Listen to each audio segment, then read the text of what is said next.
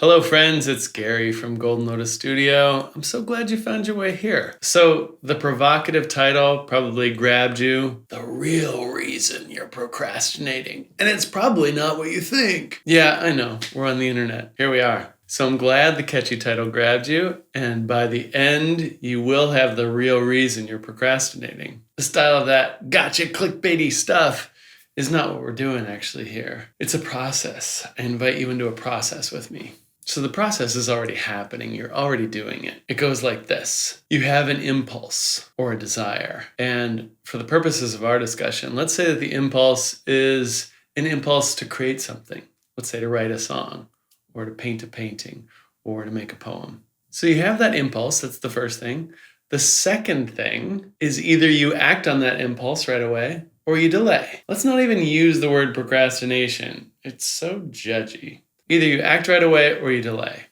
Okay? So if you delay acting on that impulse to create, I invite you to notice what you do instead. No judgment, just notice. What do you do instead? And then without adding guilt or blame or self-flagellation, I invite you to notice, does that thing bring you more alive or less? For example, there are certain situations where watching Netflix or scrolling through Instagram on your phone might be an avoidant activity that causes you to tune out and feel less alive. Sometimes taking a nap or taking a bath or going for a walk outside brings you more alive. You'll have to notice for yourself what kinds of activities bring you more alive and which ones cause you to recede a bit. And again, no judgment. Can you do it without judgment about, does it bring me more alive or does it bring me less alive? Can you just notice? Look for that relaxed place in yourself where you're just noticing, observing your own experience of your own life. If anything, I want to invite you into a celebration that you're noticing. Great job, Gary, for noticing that I was doing something that causes me to feel less alive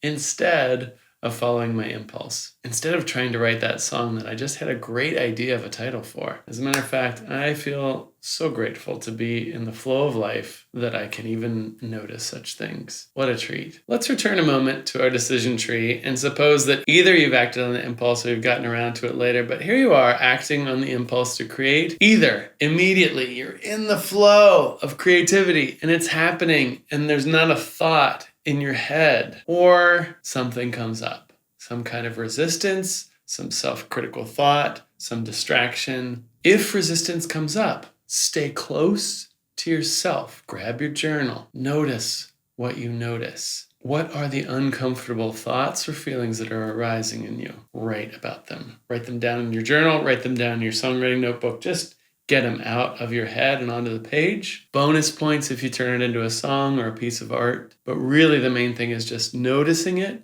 getting it out. Now that, in your notebook, my friend, that's the real reason you've been procrastinating. I knew we'd get back to the title. That is the real reason you've been delaying action. It could be you notice fearful thoughts of inadequacy or some anger about a situation that you don't want to acknowledge in yourself. Or just even a deeper level of honesty about something that's going on with you that you thought you'd worked out already. You thought you'd already figured that out. Maybe it's something simple like fear of success. In all my years of experience with my own creativity and coaching others with theirs, I do believe that very often we cannot know why we're procrastinating until we start to do the thing. We might have a thought about why we're procrastinating. Oh, I'm hungry. I'm tired. Right? Those are kind of obvious reasons. If we dig a little deeper, we might go, oh, I'm worried I'm going to look stupid. I'm not going to like watching myself back. Or I know I'm a perfectionist and that's probably what's holding me up.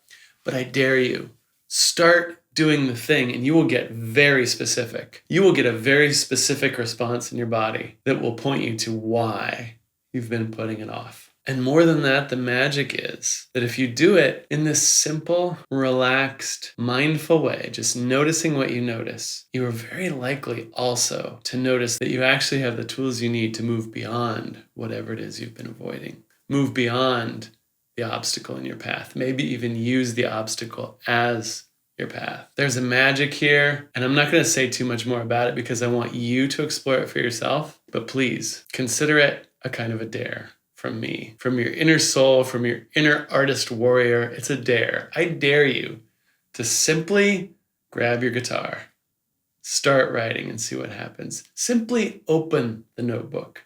Simply join us one time at Friday Afternoon Songwriting Club. See what comes up. And then celebrate that you showed up, you took the next step, you learned something about yourself. I promise it's not as scary as it might sound. It could even be fun.